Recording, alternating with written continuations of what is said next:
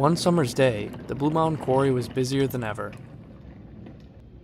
Sir Topham Hatt had even brought in a lorry to help out.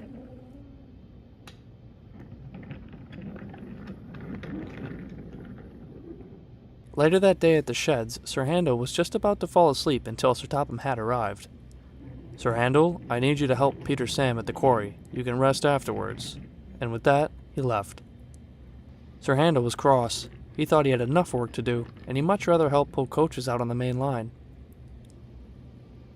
Sir Handel has had trouble with trucks many times before, and so the trucks have continued to grow a dislike for him.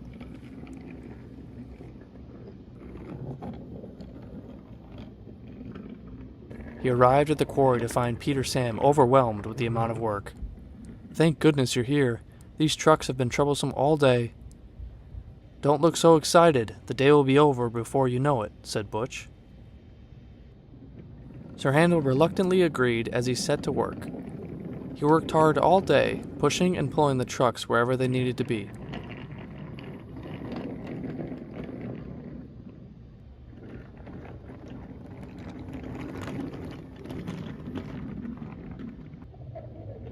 Duncan soon arrived to pick up trucks for the harbor. Sir Handel was tired of working with the trucks, and so he bumped them into place behind Duncan. The trucks were cross and were tired of Sir Handel as well. "We'll get even," said the trucks, as Duncan set off for the harbor.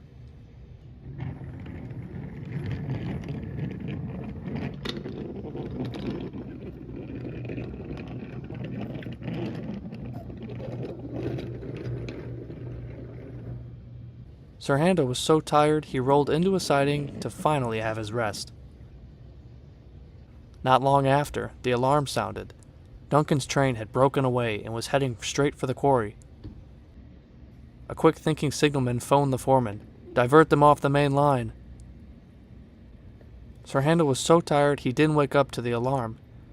The trucks raced down the viaduct and into the quarry, but it was too late. The trucks were diverted into the siding and crashed head-on into Sir Handel. He was awake now and heard nothing but the trucks laughing at him. Rusty quickly arrived with a breakdown train, but Sir Handel was dazed and surprised. He couldn't believe what had just happened. "Don't worry, Sir Handel, you'll be back in no time," said Peter Sam, as he was trying to comfort his friend. Sir Handel smiled as best as he could as Rusty pulled him away to the works. Sir Handel may have deservingly gotten payback from the trucks, but at least now he can truly have his rest. I wonder when Sir Handel will learn his lesson with the trucks, don't you? Sir Handel was away at the works being mended, so the other engines had to take on more work.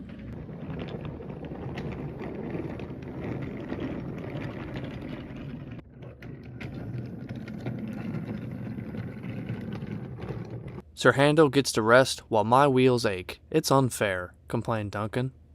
"It was your train that caused the accident. It's not Sir Handel's fault," replied Duke. "All of us engines are taking on more work, not just you, Duncan," said Skarloey. "Quiet," came a voice. It was Sir Topham Hatt. "Sir Handel will be back very soon, but until then I need all of you to do your best." And with that, the engines left the sheds to pull their trains.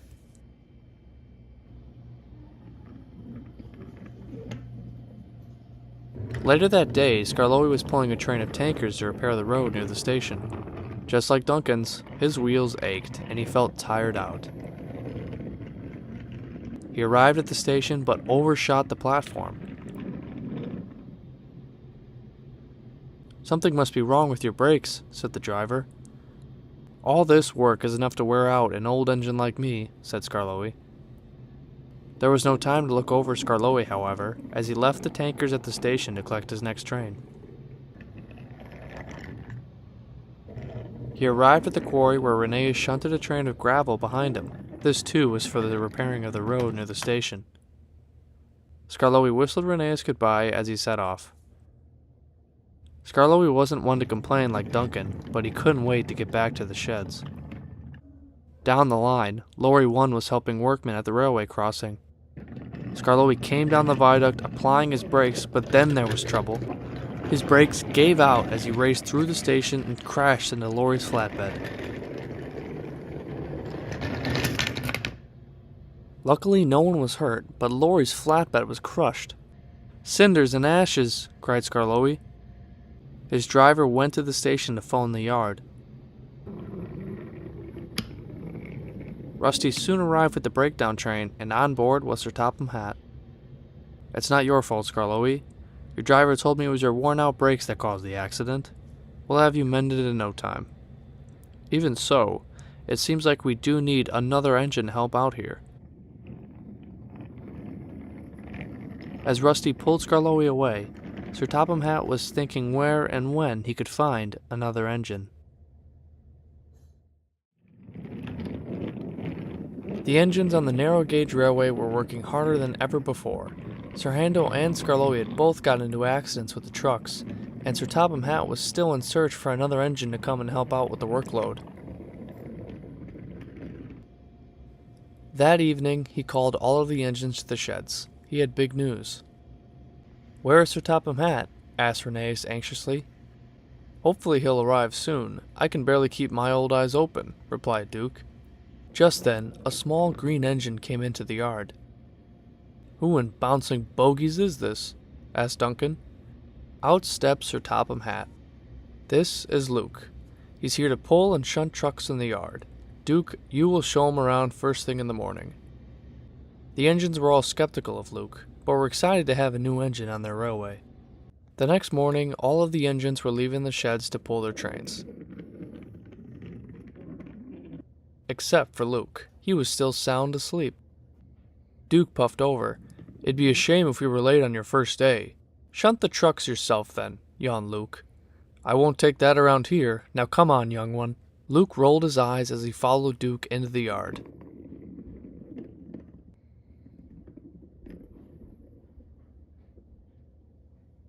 "You must first learn how to handle the trucks, or else they will get you into trouble. You can ask any of us engines. We've all—" Luke rudely interrupted Duke. "I don't need to be taught how to shunt or pull trucks.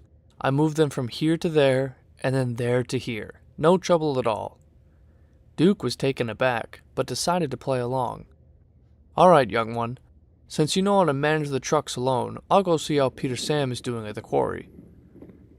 Duke may have left Luke behind, but wanted to teach him a lesson, and he knew the trucks would help in doing so. The trucks glared at Luke, wondering who this new engine was. Luke gave them a bump. "We'll show him around. Duke's not here to save him," they laughed. "Quiet," said Luke, as he began shunting Rheneas' train together. At the quarry, Duke was telling Peter Sam all about Luke. "He sounds a bit too big for his own boiler," said Peter Sam. Duke chuckled. "It seems as though I always have to teach these young engines a lesson, eh, Stuart? Don't you get too big for your boiler now, Grandpuff." Duke laughed and whistled goodbye to return to the yard. He knew the trucks would be giving Luke trouble. He arrived quietly at the yard, trying not to make a sound. The trucks were indeed giving Luke trouble, laughing and being difficult. He was just moving the trucks to another siding when it happened. They surged forward and pushed Luke through the buffers. "If only Duke was here," laughed the trucks. Just then Rheneas puffed into the yard. "So I guess my train isn't ready then?" he said as he saw Luke and the broken buffers. Duke puffed up behind Luke. "So, young one, it turns out you do know how to handle the trucks. Having to pull you back onto the rails certainly proves that." Luke said nothing as Duke shunted the remaining trucks behind Rheneas.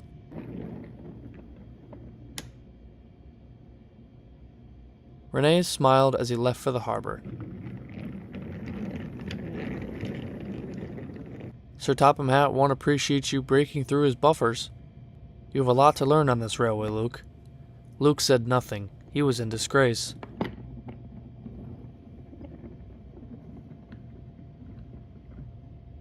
Duke, as well as the other engines, couldn't wait any longer for Sir Handel and Skarloey to return. Sir Handel and Skarloey puffed into the yard buffer to buffer. All the engines whistled and cheered. "Thank goodness you two are back," said Peter Sam. "We've missed you greatly," chimed in Rusty. Sir Handel and Skarloey both smiled as they were eager to hear everything they had missed. Duke told them everything, and he told them all about Luke. The engines seemed concerned about the new engine. "No need to worry, though. The trucks have already taught him a lesson." The engines chuckled as they knew what it was like to be fooled by the trucks. Heavy wind and rain had started and wasn't letting up. The weather made conditions difficult for the engines. Even worse, it weakened the slopes and the supports of the viaduct. The line was now in danger of collapsing. Rheneas was set to take a train from the quarry to the harbor. Peter Sam shunted his trucks into place and Rheneas was ready to go.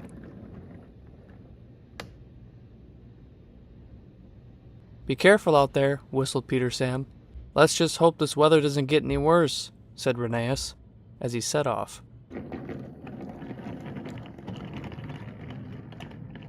Danger lay ahead.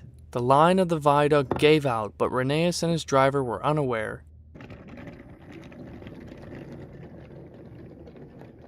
"Cinders and ashes!" cried Rheneas as his driver applied the brakes. Rheneas dangled dangerously over the edge of the viaduct. Luke arrived at the quarry with a train of empty trucks for Peter Sam.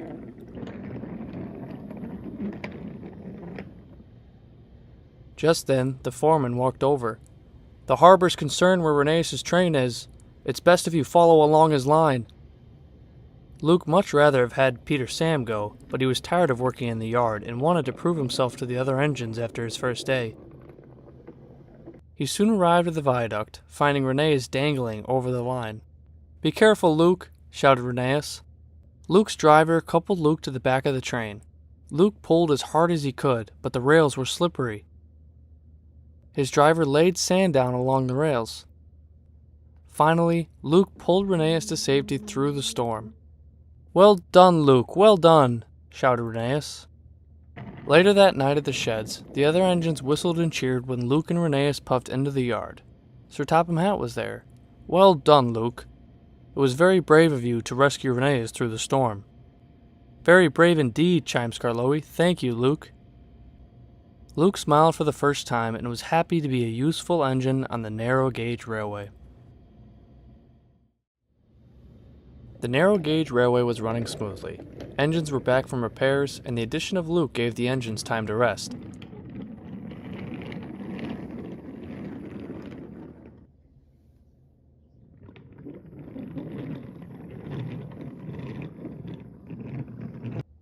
Even so, Rusty was worried.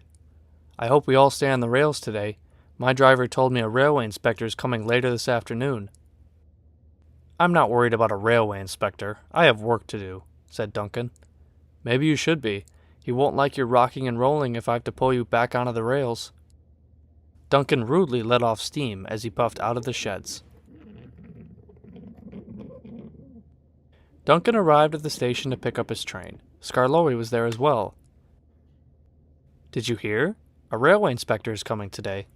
"Ugh, enough about this railway inspector. I just want to pull my trains and get back to the warm sheds at the end of every day." Duncan left the station, leaving Skarloey behind.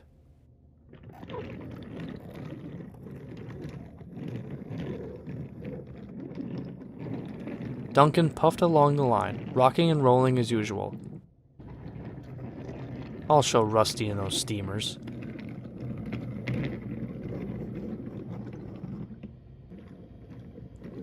He arrived in the yard and dropped off his train for Luke. He noticed a man standing alone next to the signal box. "Can we help you?" asked his driver. "I have a meeting with Sir Topham Hatt at the station and cannot be late." "We'll give you a ride," said the driver. Duncan much rather pull his next train, but he didn't have much of a choice. He and his driver had no idea that the man on board was indeed the railway inspector. Because of this, Duncan rode roughly along the line, wanting to get to the station as quickly as possible. "Slow down," called the driver, but it was too late. Duncan came off the rails at the bend just before the station. Rusty was resting at the station and saw everything. He quickly came around to pull Duncan back onto the rails. Sir Topham Hatt was embarrassed. "Our apologies, Mr. Inspector."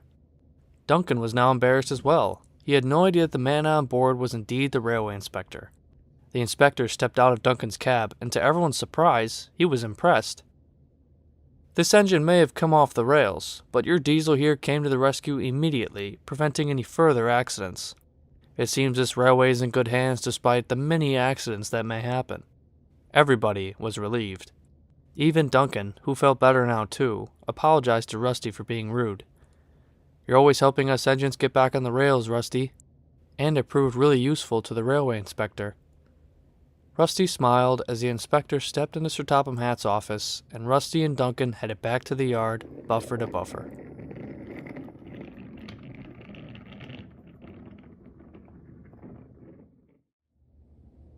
One morning at Tidman's sheds, the engines were getting ready for a day's work when the Fat Controller arrived.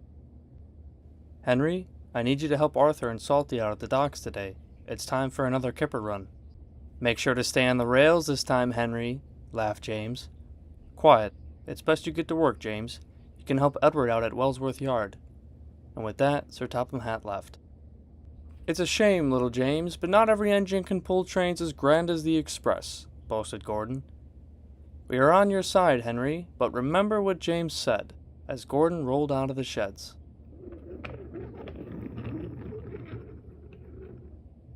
James groaned at the thought of pulling trucks around as he puffed out of the sheds as well. Henry paid no attention to James, but he was worried about having another accident pulling the flying kipper. Nightfall came, and Henry was sizzling nicely. Arthur shunted the remaining trucks behind Henry. Workmen hustled and shouted. Henry and the flying kipper were ready to go. As each wheel turned, Henry slowly puffed out of the docks.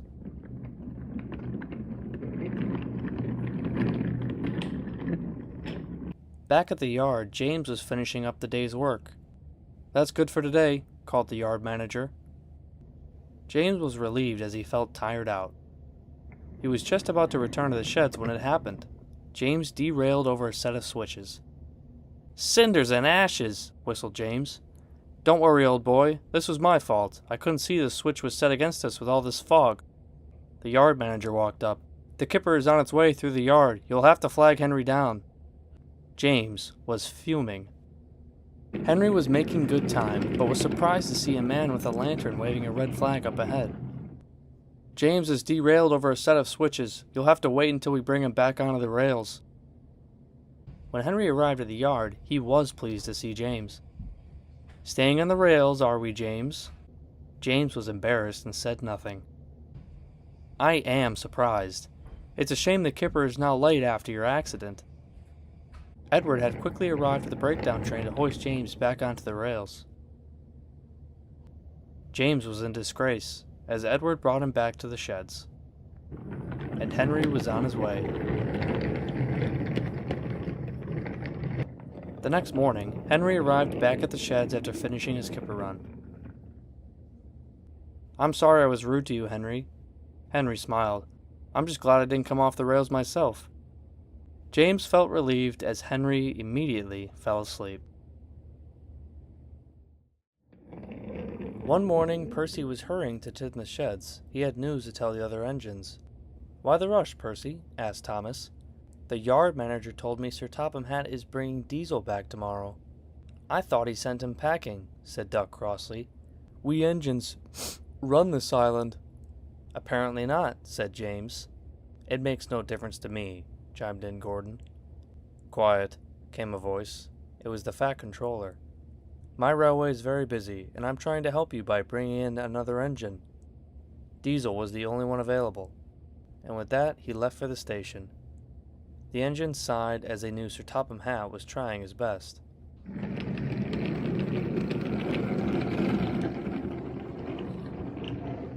The next day, Diesel arrived at Knapford Station. "Hello, sir." "Diesel, I expect you to be on your best behavior while you're on this railway. This is the last chance I'm going to give you," said the Fat Controller sternly. Diesel didn't appreciate Sir Topham Hatt's tone, but agreed, as he left for the docks. When he arrived at the docks, James was fuming. "What's this smelly engine doing on our railway?" "I'm here to help you, as it seems the work is too much for steam nowadays." "It's only a matter of time, James." James let off steam rudely at Diesel as he left with his train.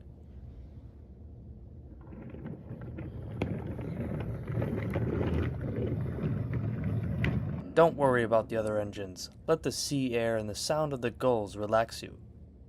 Diesel didn't appreciate James's tone either, but he also didn't want to be sent packing again. Soon, Diesel and Salty were hard at work. Let's just hope he doesn't cause any trouble, said Thomas to Percy. Out on the main line, James was puffing along nicely.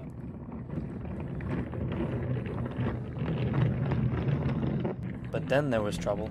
James felt something snap as he came to a screeching halt. His driver got out to inspect. "It's your coupling rod, James." James was cross. "This train's too heavy to pull with a broken coupling rod." "I'll go and phone for help," sighed the driver. Diesel was resting when the dock manager walked up. "James is broken down on the main line. You'll have to push him the rest of the way." Diesel wanted nothing to do with James, but knew he had to help if he wanted to impress or top him hat. "Why, oh why did my coupling rod have to break?" cried James. Just then Diesel arrived. James was very cross and red in the face. Diesel could only grin as he coupled up to the back of James's train.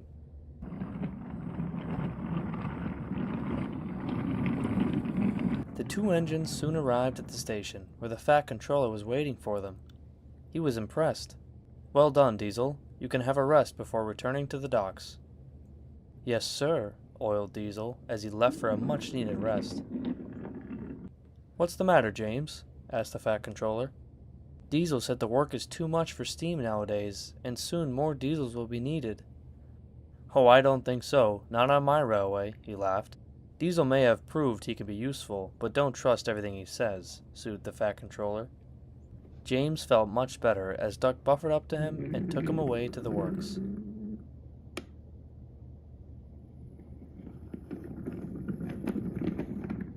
"I wonder if Diesel will continue to be useful, or if he'll return to his devious ways, don't you?"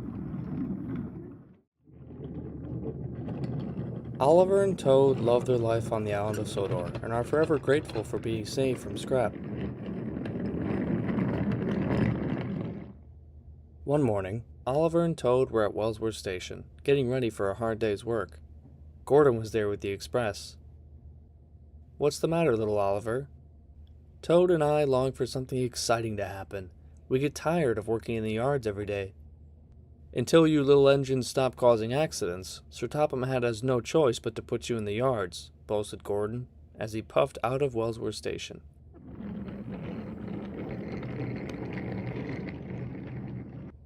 Toad sighed. "He might be right, Mr. Oliver. We have gotten into many accidents over the years. Don't you remember my runaway? I was lucky to have crashed into the muddy pool." "Even so, Toad, an engine longs for an adventure every once in a while," said Oliver, as he left the yard to help Salty at the docks. "Ahoy there, matey!" called out Salty, as Oliver and Toad arrived at the docks. "Boko will be here soon to pick up a goods train for the quarry." Oliver left Toad in a siding and set to work arranging Boko's train. The train was soon assembled. "Where's the brake van?" asked the dock manager. "You'll have to use Toad for this one." Oliver didn't like being separated from Toad, but it wasn't safe for a heavy goods train to be without a brake van. "I'll collect you later tonight at the quarry, Toad. Don't worry," soothed Oliver, as Toad was coupled up to Boko's train. Boko soon arrived at the docks to pull his train. He sounded his horn and left for the quarry.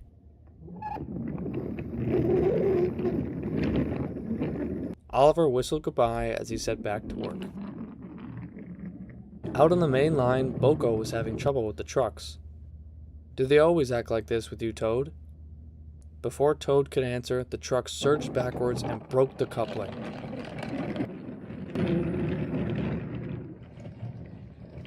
Oliver had left from the docks to take some ballast to Wellsworth Yard. "You behave now, Scruffy, or I'll pull you into bits again." Scruffy kept his mouth shut. Then it happened. Oliver had been working hard all day and forgot to fill up on water. He stopped on a T-switch just outside of Knapford Station. Gordon was at the station with the express. "Now look what you've done, little Oliver. You've delayed the express." Oliver was embarrassed. "This was my fault," sighed the driver.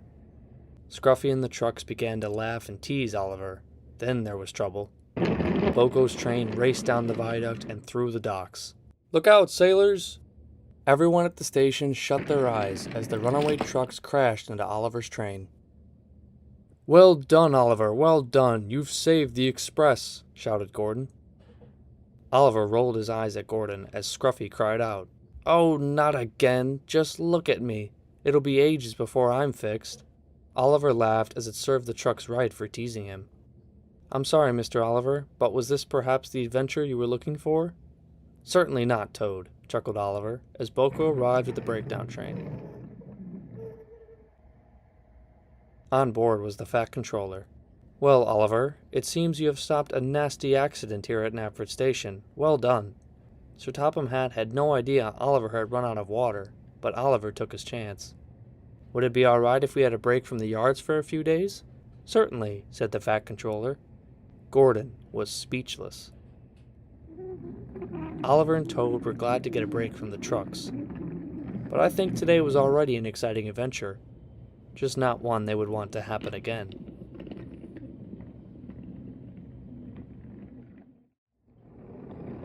It was the holiday season on the island of Sodor, which meant more passengers and more goods trains.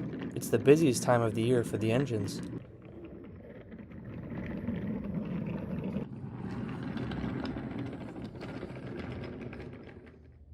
One morning at Tidmouth Sheds, Thomas was being fitted with his snowplow. He didn't like it one bit. "Horrid, awkward thing," he muttered. "Don't worry, old boy. As soon as the snow stops and the tracks are cleared, we can take it off." George the steamroller rolled over. He laughed. "I see the fluffy snow is too much for you engines. Just another reason why you should all be retired."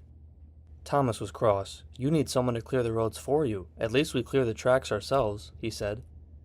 "Pah!" said George, as Sir Topham Hatt arrived at the sheds. "It's best you and Percy get a head start with the mail train. You don't want to miss the boat for the mainland.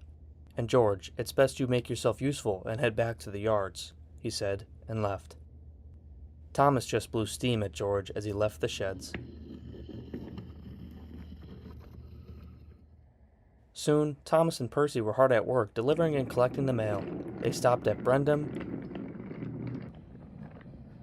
Wellsworth,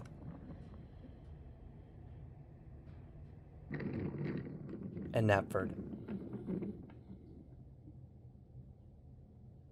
Thomas had returned back to the sheds for a rest, as Percy was about to finish up the last delivery, which was at Brendam Docks for the boat to the mainland.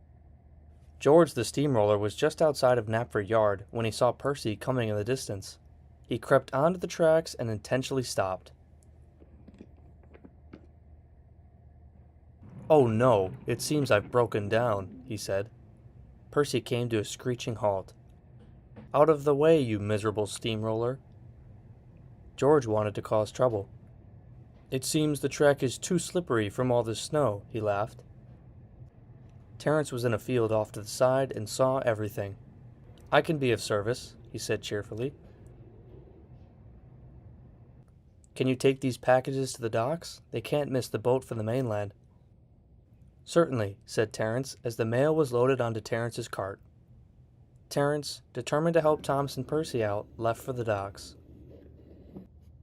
Percy had had enough of George and left for the sheds to tell Thomas what had happened. George laughed as he tried to roll back onto the road. Then there was trouble. George was stuck. Suddenly he heard a whistle. "Oh no!" George cried. The whistle was Gordon. He was pulling the express, enjoying the holiday season.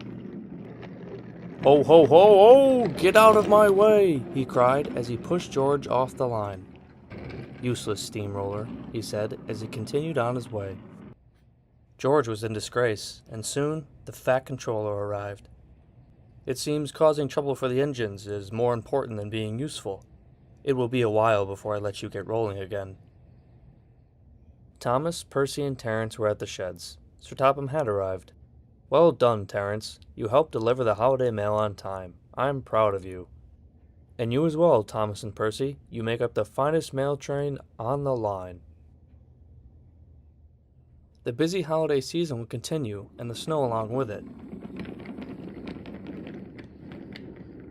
Even though Thomas still had to wear his snowplow, he was glad George wouldn't be causing him and the other engines trouble anytime soon.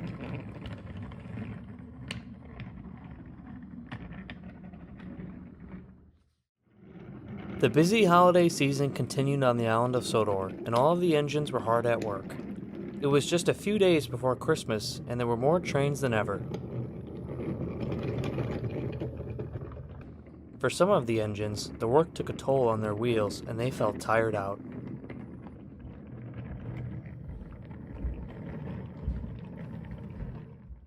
One day, the engines were resting at Tidmouth's sheds. "All these trains is enough to wear out an old engine like me," said Toby. "There's hardly enough room in Henrietta for all these passengers as well." "Feeling tired, Gordon?" said James cheekily. Gordon was trying to stay awake. "We're all getting older, Toby. Stuff and nonsense. The Fat Controller relies on us to be on time." "You do look worn out, Gordon," said Edward. "It'd be a shame if the Grand Express broke down and needed a rescue," chuckled James. Gordon gasped. "A rescue? Nonsense. That would be disgraceful." Edward chuckled. "Don't forget, Gordon, it's been more than once that I've had to be your back engine." "Humph," said Gordon, as he left the sheds for Knapford Station. Gordon arrived at Knapford Station. His coaches and passengers were waiting for him. Henry was there as well. "Watch and learn, Henry. First step is to not treat your passengers like the Flying Kipper. Says the big engine who got stuck on a hill," said Henry, as he slowly left the station with his long and heavy goods train.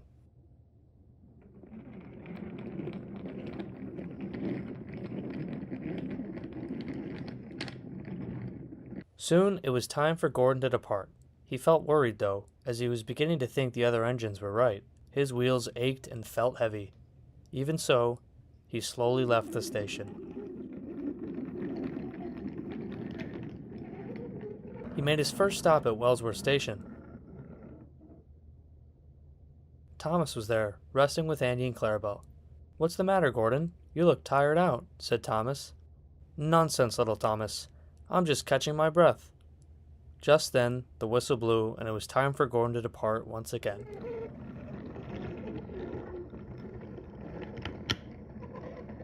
"He'll be in trouble soon," said Thomas to Annie and Clarabelle. Gordon was indeed in trouble, as he began to feel the heavy strain of the coaches. He ran out of steam on the turntable just outside of Tidmouth's sheds. "Oh, the indignity," he said. "And look, there's Henry laughing at me." Edward was off to the side and saw everything. "Let me help you, Gordon. It's time you have a rest." Gordon felt embarrassed, but was relieved Edward was there to help him. Edward pulled Gordon onto another line and ran back around a couple up to the express. The guard's whistle blew, and Edward left for the docks.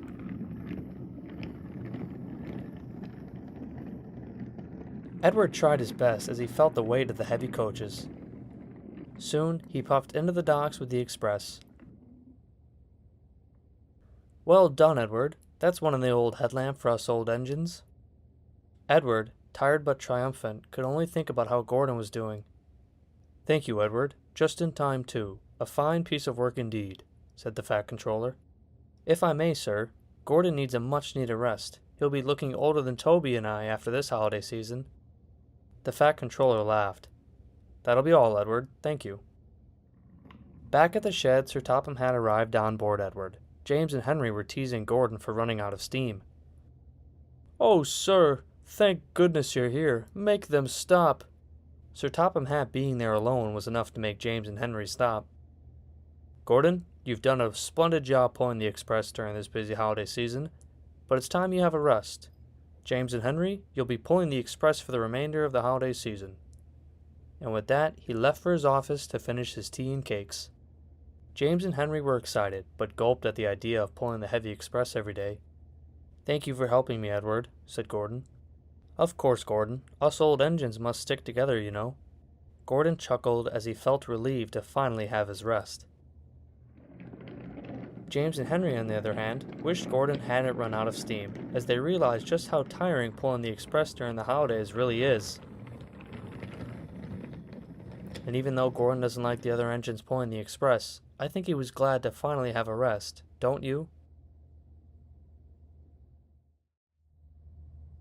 Bill and Ben are the island's tank engine twins. They work hard and they mean well, but sometimes they get themselves into trouble. One day, Percy was feeling ill. He could hardly keep his eyes open. The Fat Controller had ordered Bill and Ben to take Percy's place in the station yards. They arrived at Ellsworth Station. Sir Topham Hatt was waiting for them. "You must behave here. You're on the main line now," said the Fat Controller. Later that day, James was at the station, waiting impatiently for his coaches. Bill shunted the coaches behind James. "Sorry for being late, James. I didn't realize it was you waiting at the platform. I thought it was a truck filled with a load of scrap." James was red in the face as he left the station as soon as the whistle blew. Now it was Ben's turn to cause trouble, as Gordon arrived at the station for his afternoon express. "I'll go and fetch your trucks right away, Gordon. Henry's taking the express today." "What? I was told no such thing." Ben rounded the corner with the express coaches. "Silly little engine. You're lucky Sir Topham Hatt allows you on the same line as me," said Gordon. Gordon left the station with the express.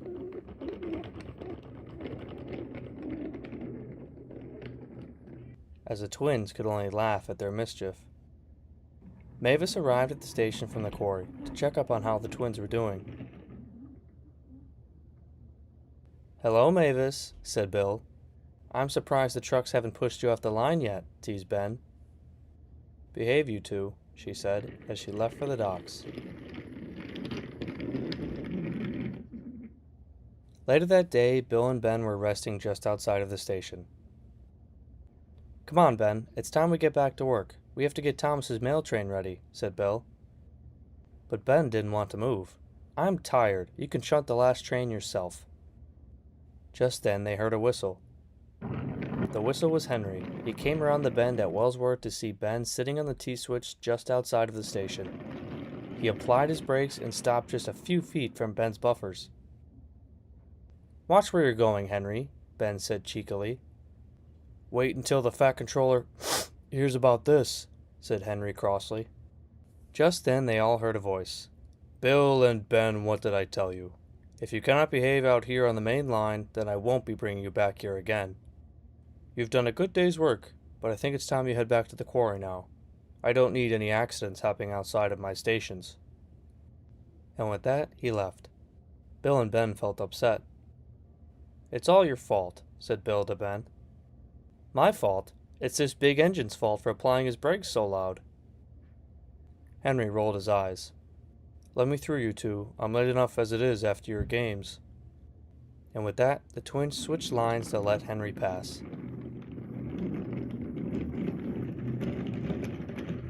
Just then, Boko arrived. "Come on, you two. Derek needs help taking a heavy train of china clay to the docks. It's his teething troubles again." The twins forgot to be sad as they followed Boko back to the quarry. I wonder if the twins will behave and be allowed back on the main line again, or if they'll continue their silly behavior. Donald and Douglas are the Scottish twin engines of the island of Sodor. They had arrived from Scotland. They help out in the station yards and on Duck and Oliver's branch line. One day, the turntable at Tidman's Sheds had broken down. Workmen arrived on board Butch and Lorry 1. Unfortunately for Donald, he was trapped at Tidman's Sheds until the turntable was mended. He wasn't alone, though, as James was trapped along with him. "It really is something to be as splendid as I am," boasted James. Donald sighed. "This is going to be a long day, isn't it?" What about the other Scottish twin engine? Douglas was at the docks, attempting to sort out the trucks. Murdoch was there as well. "Where's Donald?" he asked. "He's trapped at the sheds after the turntable broke down."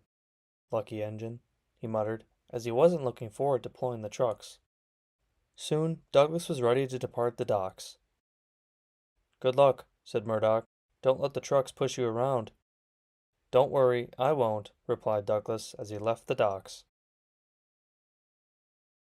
Without Donald, however, Douglas felt worried. Back at the sheds, Donald was losing patience. James wouldn't stop boasting. "I raced along the line and made it to every station on time. I was a splendid sight for sure. Are you even listening, Donald? Yes, I heard you, James. You crashed into a couple of tar tankers. Shut up, said James. It's not funny. Back on the main line, Douglas was struggling with the trucks. The trucks were trying their best to cause trouble. They swayed back and forth. Then there was trouble. Douglas was so focused on managing the trucks that he ignored the workmen waving a red flag. Up ahead was the turntable. Douglas's driver applied his brakes, but it was too late. Douglas crashed into Laurie's flatbed and fell into the turntable well. Not again, said Laurie. I'm not safe on either of these railways. Douglas was dazed and surprised, as the trucks were delighted at their mischief. Donald was pleased to see his twin. Thank goodness you're here. I couldn't listen to James for much longer. Douglas laughed. I'm glad I could keep you company. I just wish I wasn't buffered down in the turntable well. Just then the Fat Controller arrived. I'm glad you're all right, Douglas, but you've delayed the repairing of the turntable, and I know the other engines will not appreciate that, he said as he left for Ellsworth Station. Thomas arrived to pull away the unhurt trucks. Then he came back to pull Douglas back onto the rails.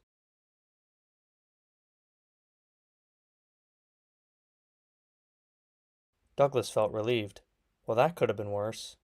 Indeed, said Donald. You could have been as dented as Laurie's flatbed. Douglas laughed, and even though he felt bad for getting into an accident, he was glad to be in the company of his twin again. The next morning the turntable was mended. James puffed out of the sheds. Just wait and see, Donald. Soon I'll be flying along the line with shining coaches. Just then, Percy puffed up in a hurry.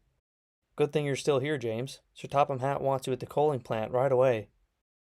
James was fuming as he left the yard, and Donald and Douglas could only laugh.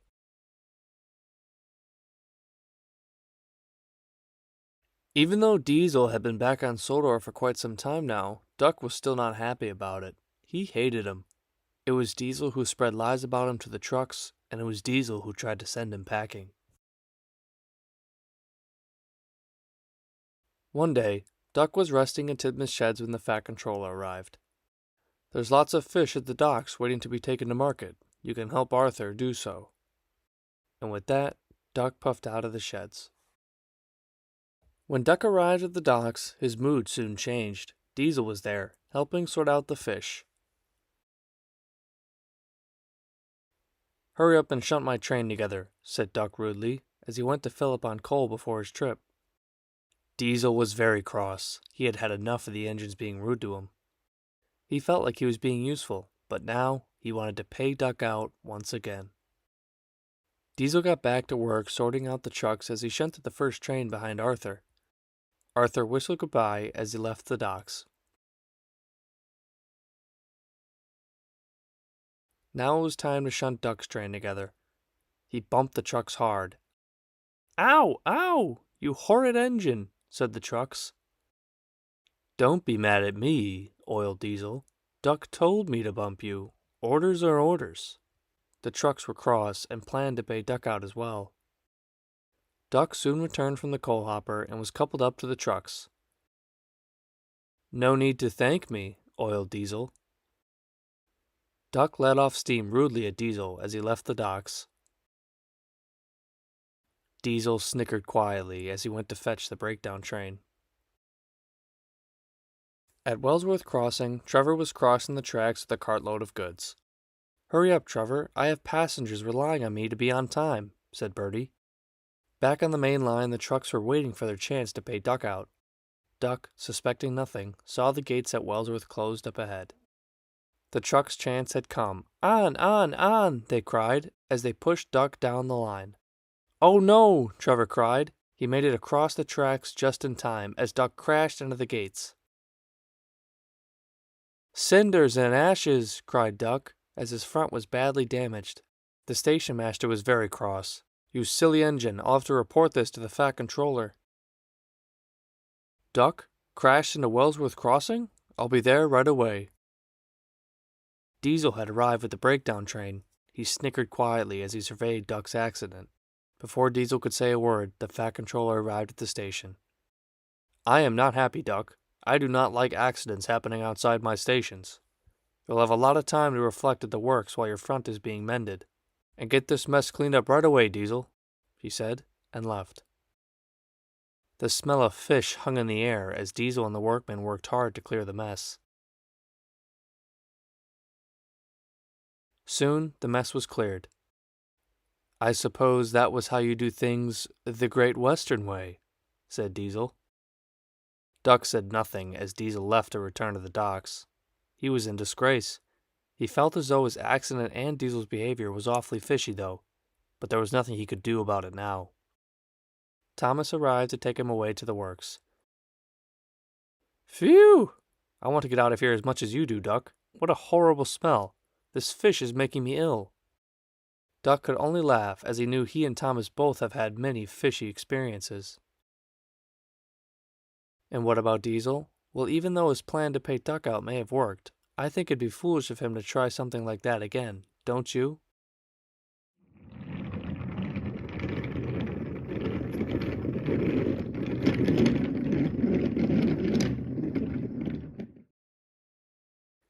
Daisy the diesel rail car works on Thomas's branch line. She helps carry passengers up and down the line. She refuses to pull trucks, though, and does exactly what she pleases. One day, Sir Topham Hatt was giving Toby a much-needed rest. However, this meant more work for the other branch line engines. Later that day, Thomas and Daisy were at Elsbert Station. Thomas had a line of trucks coupled up behind Annie and Clarabelle. My, Thomas, don't try to do everything at once now. The Fat Controller relies on me to run my branch line, and with Toby having a rest, we need to work harder than ever before. Don't you think you could take some trucks as well? Oh no, Thomas, pulling is bad for my springs. Fitter's orders. He said, Daisy, never ever pull. Thomas was cross. Stuff and nonsense. I can't believe the Fat Controller kept you around in the first place, he said, as he left the station.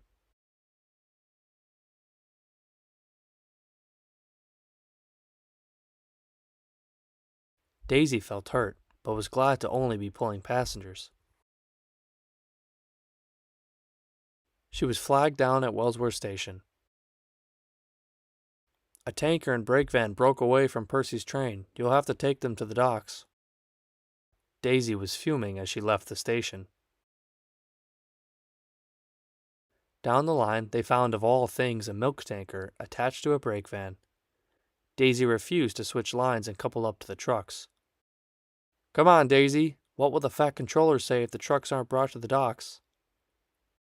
Daisy thought hard, and then she remembered what Thomas had said earlier. She set her feelings aside and backed up to the trucks. She reluctantly left for the docks. My fitter won't be happy, she said. Nonsense. Come on, the docks is just down the line, said the driver. Daisy soon arrived at the docks to find Percy waiting there. So this means you've been able to pull trucks this entire time? Said Percy cheekily. Oh, my springs feel quite worn out, said Daisy, hoping Percy would believe her. Some things never change, sighed Percy, as he left to pull his next train. A fine piece of work indeed. Well done, Daisy, said a voice. It was the Fat Controller. Oh, thank you, sir. Now, if you don't mind, I'd like to make my last stop and have a rest in the sheds. My springs are feeling quite worn out. She scurried out of the docks before Sir Topham Hatt could even say a word.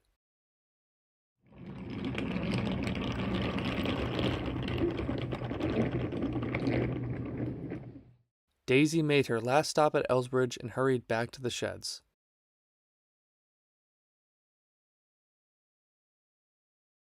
No trucks, no one ordering me about, just how I like it, she said to herself as she closed her eyes to have a rest. I wonder if Daisy will ever change her mind about pulling trucks and give the engines a rest, but I guess some things never change.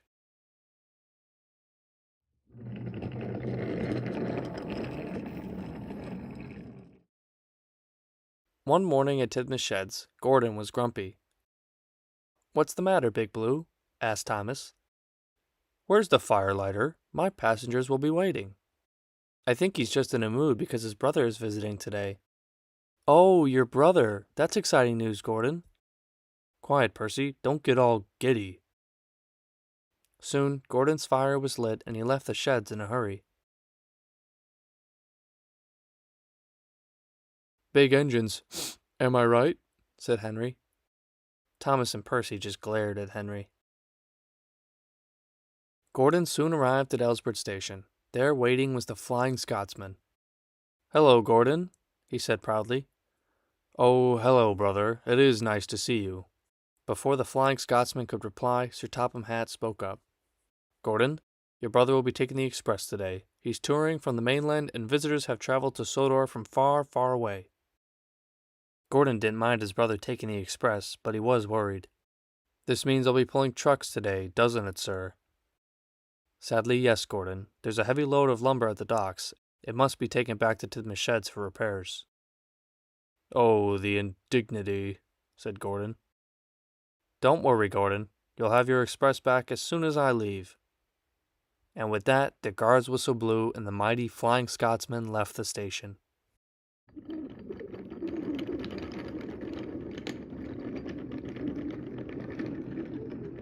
Gordon soon arrived at the docks and buffered up to the train of lumber.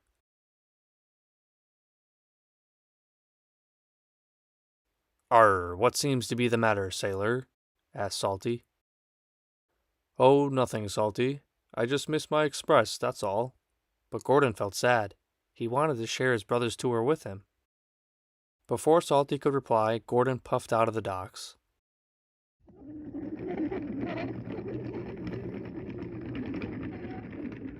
Oi, Cranky, it does hurt me boiler to see a fellow sailor looking upset, he said.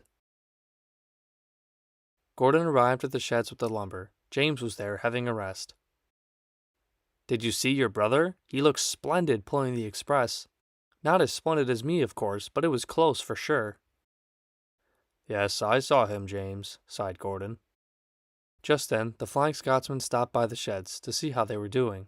He found Gordon looking glum. Come on, Gordon. I'll need your help for the rest of the journey. Gordon was delighted as he was coupled up. Will be a splendid sight for all the visitors. James was speechless as the two mighty engines left the yard.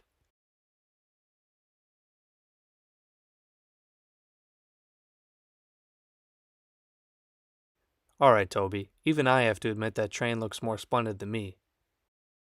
Most trains do, James, said Toby cheekily. Back on the main line, the brothers whizzed through Ellsbridge Station.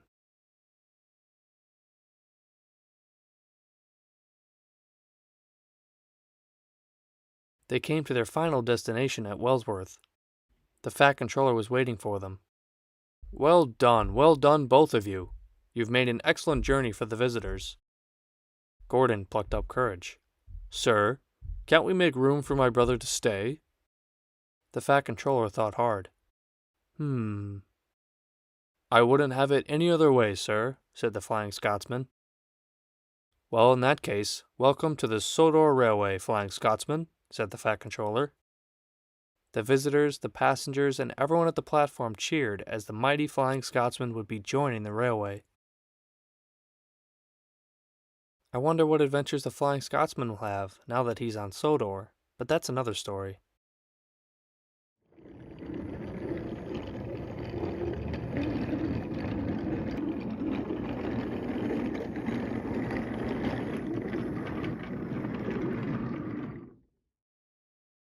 The engines were still recovering from the shock of Diesel 10 returning, but as always, they were working right on track.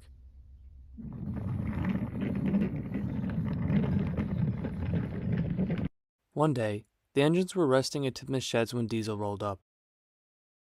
Don't you have somewhere else to be? Said Gordon. No need to be rude. Yeah, go cause trouble somewhere else, said Henry. All right, I'll leave. But like I've said many times before, it's only a matter of time before you're taken out of service. We Diesels are the future. Diesel oiled away as the engines let off steam crossly. Don't bother with him, he's all talk, said Edward. Diesel soon returned to his shed. That's enough for me today. It's time I have a rest. Ahem. It was the fat controller. There's a heavy load of china clay to be taken to the docks. I suggest you show a wheel and do so. Diesel rolled his eyes as he left his shed. Back at the sheds, Percy was feeling worried. What if Diesels do take over? First Diesel, Boko, Derek, and then Salty. And don't forget about Diesel 10. Don't worry about it, Percy, said Toby. Sir Topham Hatt knows just how useful we are. Out on the main line, Diesel was struggling with the heavy train of china clay. The trucks rocked back and forth along the line. Then there was trouble. They surged forward and pushed Diesel down the line towards Sidma's sheds. The signalman couldn't switch the points in time as Diesel raced across the turntable. He crashed through the buffers and into Tidmouth's sheds. I guess there's nothing to worry about after all, said Percy cheekily. Diesel growled crossly as the trucks laughed at their mischief. The fat controller soon arrived. He was very cross. I thought you could be a proper hard-working Diesel. It's off to the works for you. Oliver soon arrived at the breakdown train to clean up the mess. Diesel was hoisted onto a flatbed, and Duck was ready to take him away to the works. If only you did things the Great Western way, said Duck cheekily. Diesel's words had finally caught up to him. He made the trucks crash Duck into Wellsworth Crossing, and he guided Diesel 10 back onto the railway. But it seems as though the trucks finally did the engines a favor. Terrence the tractor and the Sodor sawmill and dumping depot was hard at work producing lumber to repair Tidmouth's sheds after Diesel's accident. Boko was preparing to deliver the long, heavy train.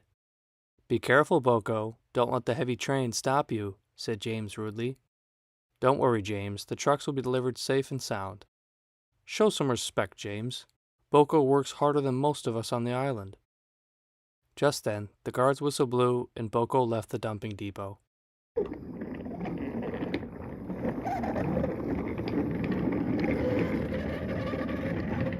Then there was trouble. The train became too heavy for Boko. He came to a complete stop out on the main line. Something's wrong inside you, said the driver. The foreman walked over to James. Boko and the heavy train is stalled. You'll have to pull him the rest of the way.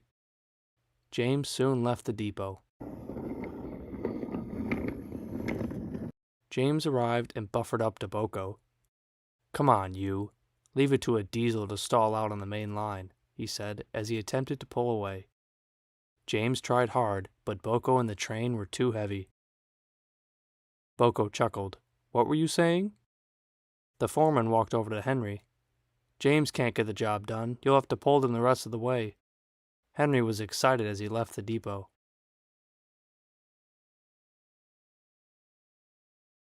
He soon arrived and buffered up to James. Watch and learn, James. Henry's wheels turned and the mighty engine pulled James, Boko, and the heavy train down the line.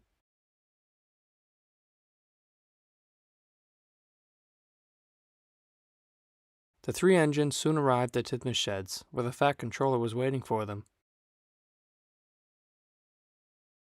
The engines could not believe what they were seeing. Oh, James, that's just embarrassing, laughed Gordon. Looks like someone got too big for their buffers, said Thomas. Indeed, chimed in Boko. Well done, Henry. Your strength continues to surprise me. This truly is a train to remember. Henry felt proud, as James felt embarrassed. Even so, workmen were now able to start repairing Tidmouth's sheds thanks to Henry. I wonder when James will learn his lesson and not get too big for his own boiler, don't you? Thomas the tank engine loves working on his branch line. Even so, the work becomes too much for Thomas at times, and that's when Sir Topham Hatt brings in Bertie to help out. One day, Toby had been sent to the works to be mended, so Thomas was going to have more passengers than usual. I tell you, Percy, I don't know what the fat controller would do without me to run my branch line. Daisy, Toby, and I run this branch line just as much as you do. You're getting all puffed up. Thomas was cross as he let off steam rudely at Percy and left the station. Thomas was puffing along nicely, but danger lay ahead. A tree had fallen down and blocked the line. Thomas braked hard, but derailed after colliding into the fallen tree. Bust my buffers, said Thomas. What will happen to my passengers? He said sadly. Percy was crossly shunting in the yard when the yard manager walked up. Thomas has come off the line and the passengers are stranded. You must go rescue them. Percy forgot to be cross and hurried to fetch the breakdown train. The passengers, on the other hand, were growing impatient and were soon saying just how bad of a railway it was. Just then Thomas heard Percy's whistle in the distance. "Thank throttles, it's Percy." "Don't worry, Thomas, we'll have you back on the rails in no time." Just then they both heard a horn in the distance. It was Bertie. "I heard about your accident and came as quickly as I could." "Oh, thank you, Bertie." The passengers were growing quite impatient. Bertie took away the passengers to the station, and Percy puffed away with Thomas in tow. Back at the sheds, Thomas spoke up. "Thank you for your help today, Percy and Bertie. I don't know how I would ever run my branch line without you." Percy and Bertie smiled as the three finally got a rest from the busy branch line. George the steamroller loves causing trouble for the engines. Even though he is often punished by Sir Topham Hatt, George continues to dream of ripping up the rails. One day, Oliver was waiting at the level crossing. "Come on, George, I haven't got all day." "Don't rush me," he said crossly. "We're going to be late, Mr. Oliver," said Toad. Just then George stopped in the middle of the crossing. "This will show you," said George crossly. "Just wait until Sir Topham Hatt hears about this." "Nobody likes a tattletale," said George, as he decided to leave Oliver alone and kept on rolling. Oliver then puffed away, trying to make up for lost time.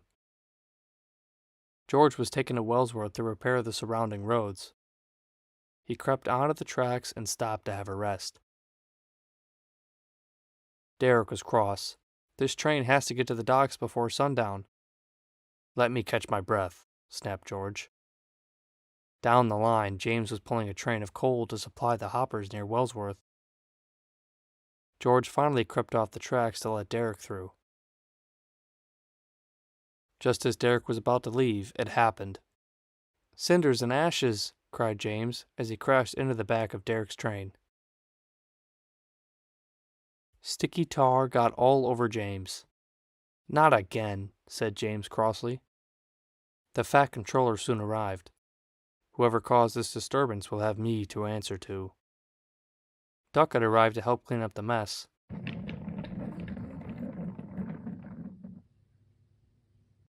James sat in disgrace, covered in sticky tar, while Derek's train was no longer going to be reaching the docks. George had been found out and punished once again by Sir Topham Hatt. "This may have been the last time I let you roll around on my railway." George sat in the yard, hoping one day he would be allowed to get rolling again. Until then, the engines felt relieved they no longer had to worry about George causing confusion and delay.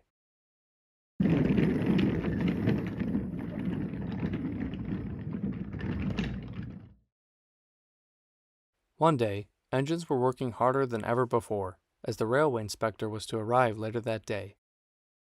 He was pleased during his visit on the narrow gauge railway, despite Duncan coming off the rails. The engines were at the sheds, finally having a rest after their busy start to their day. "I wonder who will get to pull the inspector's train," said Thomas. "One thing's for sure, Sir Topham Hatt won't choose Dirty Percy." Percy just rolled his eyes at Gordon. "Perhaps he'll choose the glorious Mallard," came a voice. It was Spencer. "Spencer, what are you doing here?" "The Duke and Duchess are on holiday, so I'm available whenever Sir Topham Hatt needs me." "Perhaps he'll choose me," said Toby. "You?" laughed Spencer. "You may pull passengers on the Farquhar branch line, but this is no job for a tram engine." And with that, Spencer puffed away. Toby felt hurt, but knew better not to let Spencer bother him. To the engine's surprise, Sir Topham Hatt chose Spencer. After Spencer was washed and polished, he backed down onto Old Slowcoach. "Don't run out of water this time," teased Gordon, as he puffed through the station.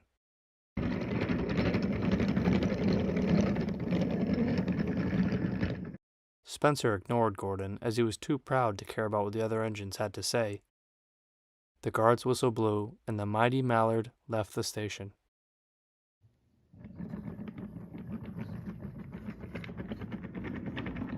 Down the line, however, Lorry was struggling with a cartload of goods.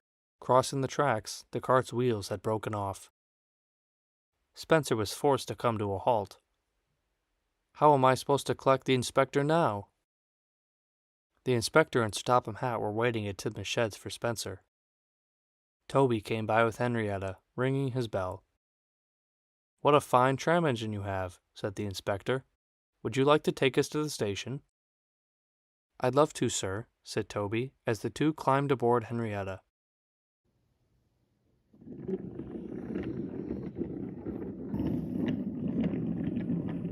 The inspector had a lovely ride as they arrived at Wellsworth Station. "A fine piece of work indeed, thank you, Toby," said the inspector. Just then Spencer arrived at the station. "There you are, sir. I've been looking for you." Sir Topham Hatt was cross. "If it wasn't for our dear Toby here, you would have caused confusion and delay, Spencer." Spencer just let off steam feebly as Toby chimed his bell and puffed out of the station. Sir Topham Hatt and the inspector headed into his office as Spencer puffed away to sulk in his shed. Duck, the Great Western engine, was feeling tired out. Oliver and Toad were sent to the works to have their worn parts mended, so there was more work to do in the yard. Duck is hard-working, though, and even when he feels worn out, he makes sure the day's work is done before he goes to rest.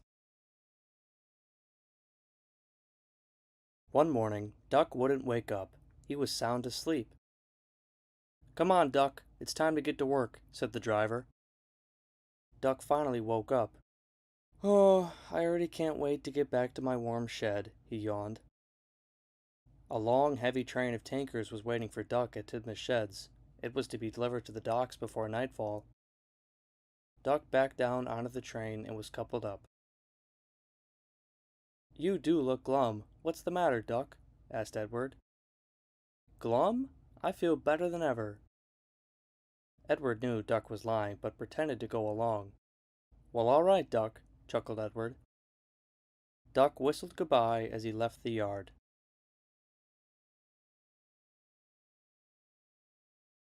Just then Sir Topham Hatt walked up. "Hello, Edward. How are you?" "I'm well, sir, but I'm worried about Duck. Oliver being at the works is putting a lot of stress on him." "You are quite right, Edward, thank you," said Sir Topham Hatt. Back on the main line, Duck was slowly making his way towards the docks. Gordon was resting in a siding just outside of the Sodor Search and Rescue Center.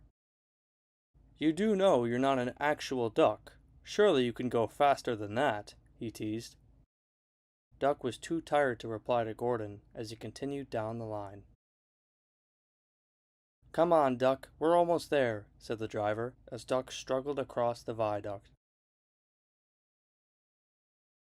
The heavy tankers became too much for Duck, though. He had no steam left. Then there was trouble. The weight of the tankers pushed Duck down the viaduct.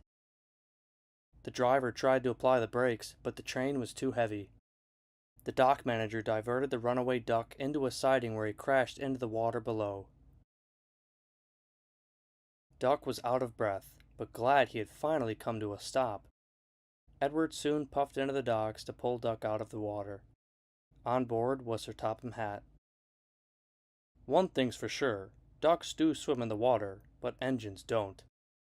However, you delivered your train on time, even though you were feeling worn out.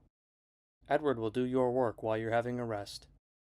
Don't worry, Duck. At least you can finally have a nice long rest now." Duck didn't reply. He was so tired he had already fallen asleep, even though he was wheel deep in water. I guess the water is the right place for a duck, isn't it?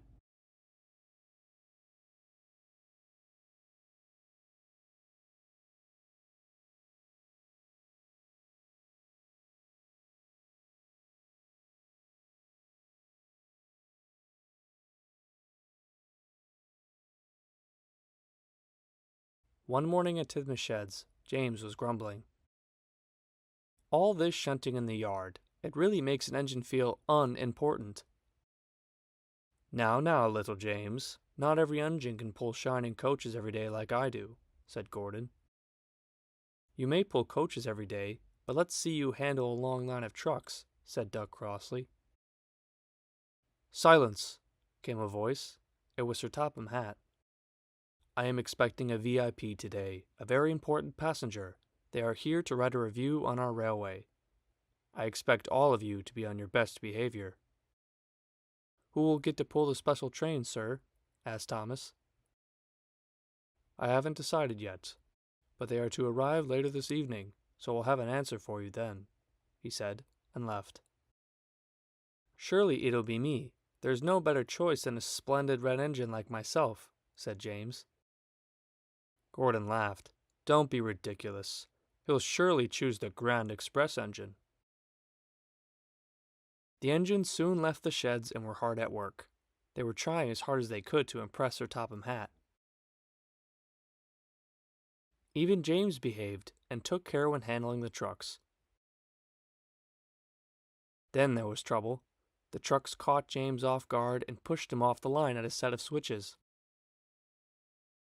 I knew I should have bumped them and showed them who's in charge, he said. Just then Sir Topham Hatt arrived. This won't do for the VIP, he said. Just then Gordon puffed by with the express. Serves you right, little James, he laughed. Gordon wasn't safe from trouble either, though, as something came loose inside him.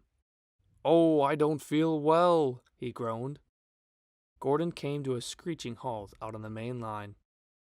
Oh, the indignity. Just then Sir Topham Hatt arrived. This won't do for the VIP, he said. Gordon was embarrassed as Henry arrived to pull him the rest of the way. Later that evening, all of the engines gathered at Tidmouth Sheds. Gordon and James were in disgrace. Henry and the other engines couldn't help but chuckle.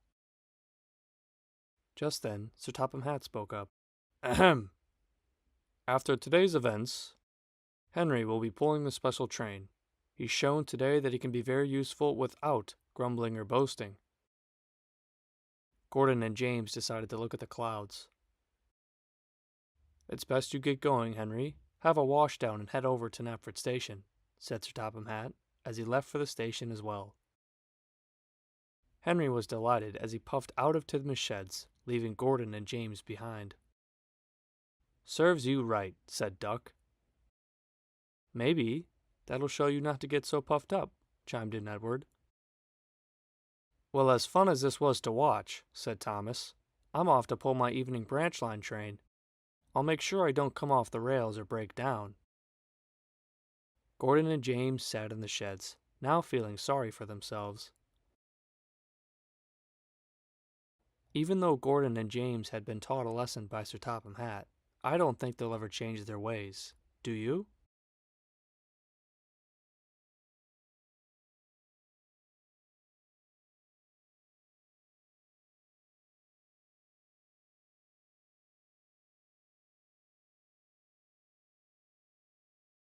One morning, Bill and Ben were sitting in the sheds.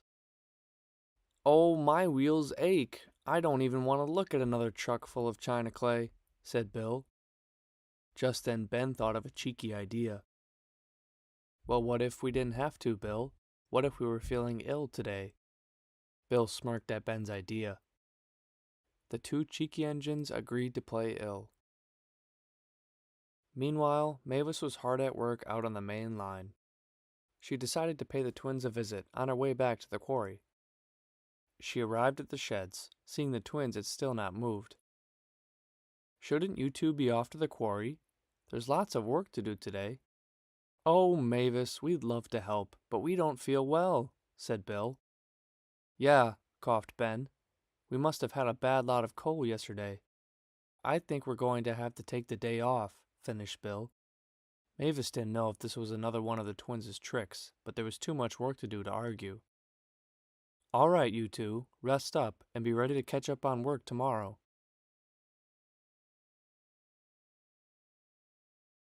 Well done, Ben. I would have never thought of saying we had a bad lot of coal, said Bill. I got the idea from Henry, laughed Ben. Later that evening, Mavis arrived at the docks to collect a heavy train of supplies for the quarry. "Do you think you can handle this train by yourself? It's quite heavy," said the dock manager. "Oh, Bill and Ben, where are you when I need you?" sighed Mavis. Bill and Ben remained in the sheds, peacefully having a snooze. Mavis would have to take the train on her own. She sounded her horn and left the docks. Mavis struggled and struggled as she made her way along the line. Then there was trouble. While she had managed to make her way up the viaduct, the train became too heavy on the way down. Mavis raced down the viaduct and crashed at the bend below. "Cinders and ashes!" she cried. Luckily, no one was hurt. But Mavis's train of supplies wasn't making it to the quarry any time soon. Back at Knapford Station, a workman ordered Edward to fetch the breakdown train. Edward found Bill and Ben, still sitting in their sheds. Mavis's crash at the bottom of the viaduct. I'm sure you two could have been some help," he scolded, as he left to rescue Mavis.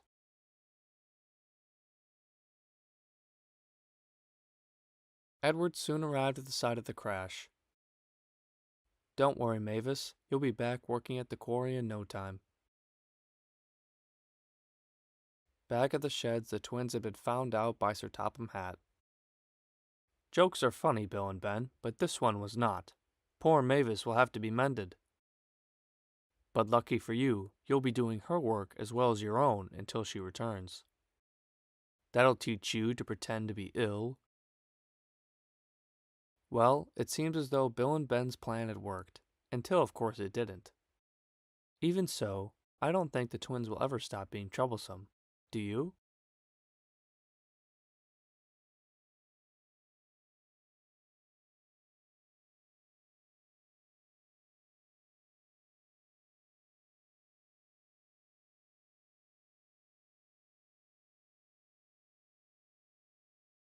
Oliver and Toad had finally come back from the works after having their worn parts mended.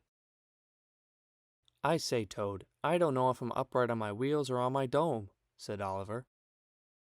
"You look the right way up to me, Mr. Oliver." "Well," sighed Oliver, "let's get our rest in while we can, Toad." Oliver was just about to snooze when Duck puffed up. "There you are, Oliver. I've been looking for you. Can you take my train for me? It's waiting at the cargo depot. I have to help Thomas out on his branch line today. Daisy's refusing to pull trucks again."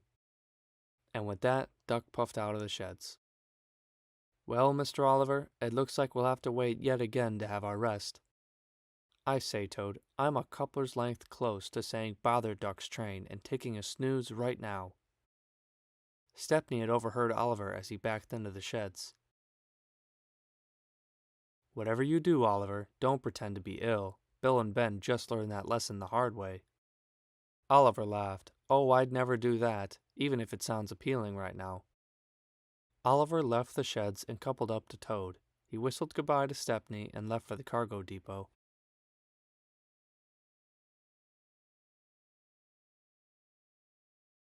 Oliver had arrived at the depot and coupled Toad up to the back of the train. He backed down onto the front of the train. Oliver was so sleepy he almost forgot to apply his brakes. He bumped the train hard. "Careful, Mr. Oliver. Maybe we should go and have that rest. It's most certainly the safer option." "Nonsense, Toad. I must deliver Duck's train to the docks on time." "If you say so, Mr. Oliver," said Toad reluctantly. The guard's whistle blew and Oliver puffed out of the depot.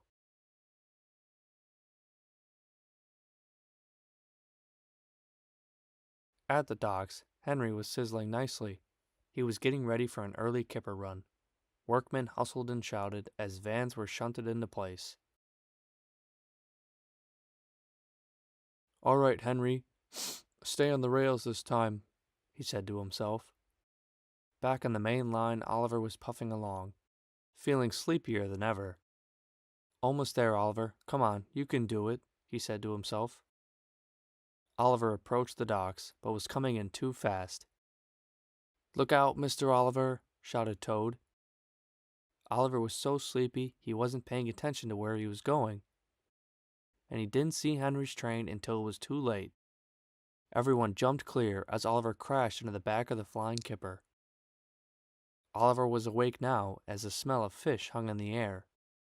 "You silly engine, now my train will be delayed," said Henry crossly. "We've done it now, Mr. Oliver." Oliver groaned as he knew Sir Topham Hatt was soon on his way. And indeed he was. "Oliver, explain this behavior." "Me and Toad were just too tired, sir. We needed a rest but had to deliver Duck's train." Sir Topham Hatt paused for a moment. Maybe I have been working you and Toad too hard since you've come back. Never be afraid to let me know you need a rest. However, it's off to the works for you. We can't have your front badly damaged now, can we?" he said. Stepney soon arrived to help with the cleanup. "I knew you wanted a rest, Oliver, but I didn't think you'd get it in this way," he laughed. Oliver couldn't help but laugh as well. But Henry was still cross.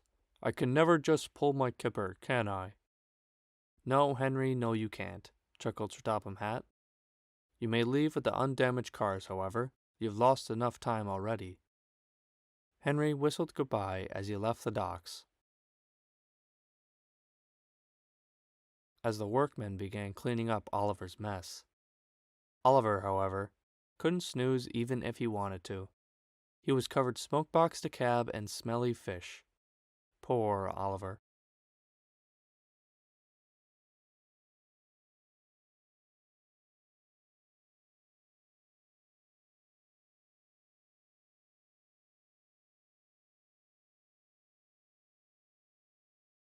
With many of the engines going to and from the works for repairs, all of the other engines had to work even harder.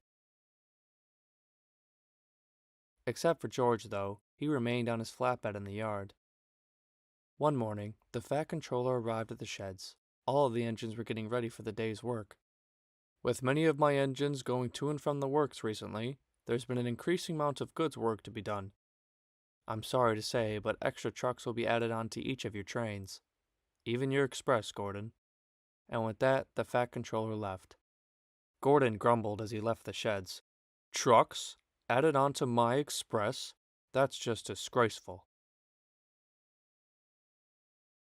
Just then, Thomas spoke up. "Extra trucks? I could pull extra trucks with bend buffers and a busted boiler. I've been doing it for years on my branch line." Percy and Toby knew Thomas meant well, but decided to teach him a lesson. "Oh, that's good, Thomas, because my wheels ache more than ever today. Do you think you could take my trucks as well?" asked Percy kindly. "Mine as well?" chimed in Toby. "I'm not as strong as I used to be." "Certainly," said Thomas proudly. "I don't know what the Fat Controller would do without me to run my branch line," he boasted as he left the sheds to collect Annie and Clarabelle. "He'll be in trouble soon," sighed Edward. Thomas arrived in the yard and buffered up Percy's trucks to Annie and Clarabelle. Then he buffered Toby's trucks onto the back of Percy's. Soon Thomas had a long, heavy train in front of him. He was soon coupled up to Annie and Clarabelle. "All right, Thomas, nice and easy now," said the driver.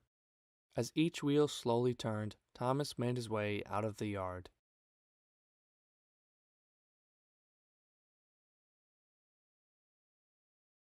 He arrived at Knapford Station to pick up and let off passengers. He was already out of breath. Gordon was there as well. "Bouncing buffers, Thomas. Surely you can't pull Annie and Clarabelle and all those trucks." Thomas wanted to reply, but had no breath as he left the station.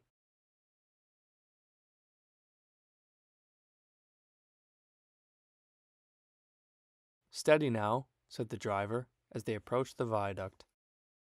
Try as he might, Thomas couldn't make it up the viaduct with the heavy train. Thomas was stuck. "I'll go and phone for help," sighed the fireman. Toby and Percy were delighted at the news. Their plan had worked. They soon arrived at the viaduct to find Thomas out of breath and stuck at the bottom. They buffered up to the back of the train. "What did you say earlier?" Something about Ben Buffers and a busted boiler? Said Toby cheekily. I am surprised, Thomas. You've been doing this for years, chimed in Percy. Thomas was embarrassed as the two engines pushed from behind and the long train made its way up the viaduct. Back at the sheds, the big engines thought it was very funny. One back engine would have been enough, said Henry. You can never rely on these branch line engines, I tell you, chimed in James. Disgraceful, finished Gordon. Thomas kept his mouth shut. He now knew it was unwise to boast in the first place. And even though Toby and Percy now felt sorry for Thomas, they still could only chuckle.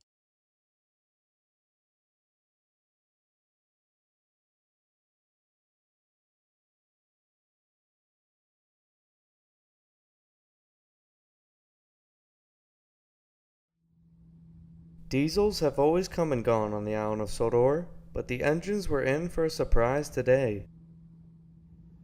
They were resting in the sheds when into the yard came a familiar green diesel. Bouncing buffers, said Douglas, as the Diesel 261 rolled into the yard. Disgraceful, said Gordon. Disgusting, said James. Despicable, finished Henry. What are you doing here? Asked Thomas. The Diesel was about to reply when the Fat Controller spoke up. I have brought Diesel back to the yard to help with the goods work.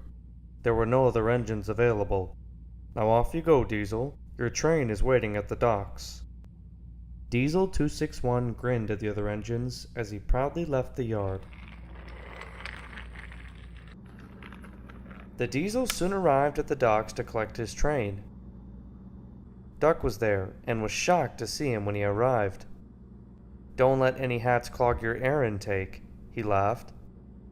Oh, bother that hat, but you steam engines will never understand. We are the future. A touch on the starter and I'm off. Duck rolled his eyes.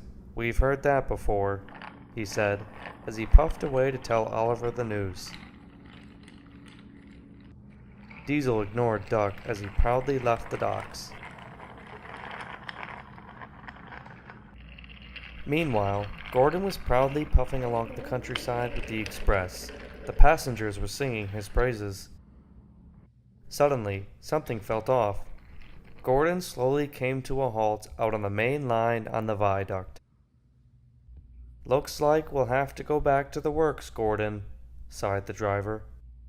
Oh, the indignity, said Gordon. Back in the yard, the Diesel was resting in a shed after delivering his train. The Fat Controller walked up. He was in a great hurry. I need you to rescue one of my engines. Gordon and the express are stranded out on the main line. Diesel roared into action, determined to impress the other engines. Diesel arrived at the viaduct and backed down onto Gordon. Oh, why would Sir Topham Hatt send you, of all engines? But to Gordon's surprise, the Diesel pulled him and the express away easily.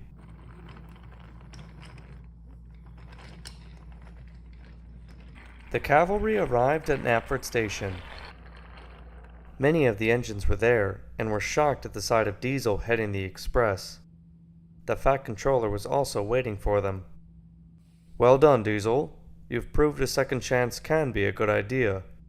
Now go and have yourself a rest. I'm sure your wheels could use one. And with that, the Diesel proudly left the station, leaving the other engines speechless. If only I was in the yard at the time and resting at the sheds, then I would have been chosen to rescue Gordon, complained James. Perhaps Sir Topham Hatt thought Diesel was better for the job than you, teased Henry. James was red in the face as he snorted off. The engines chuckled as Thomas buffered up to Gordon and took him away to the works, as Diesel sat in the shed, triumphantly.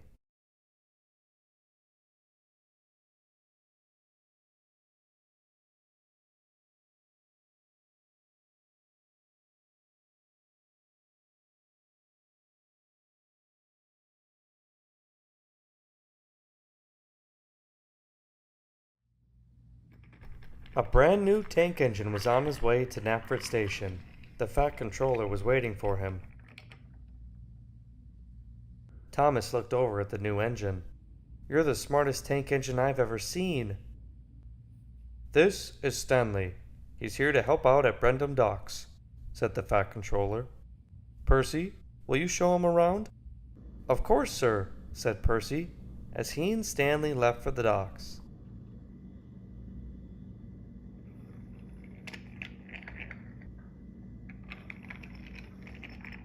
Percy and Stanley soon arrived at Brendam Docks.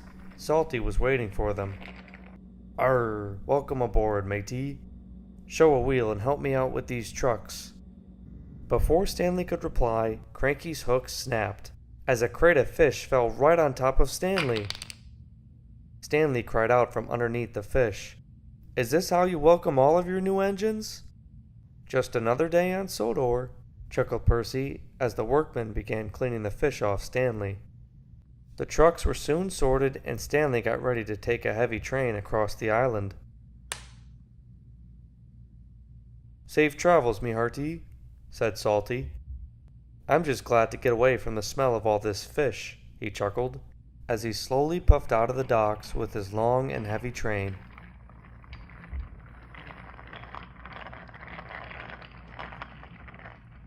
Stanley delivered fuel to the fire station, coal to Wellsworth Station,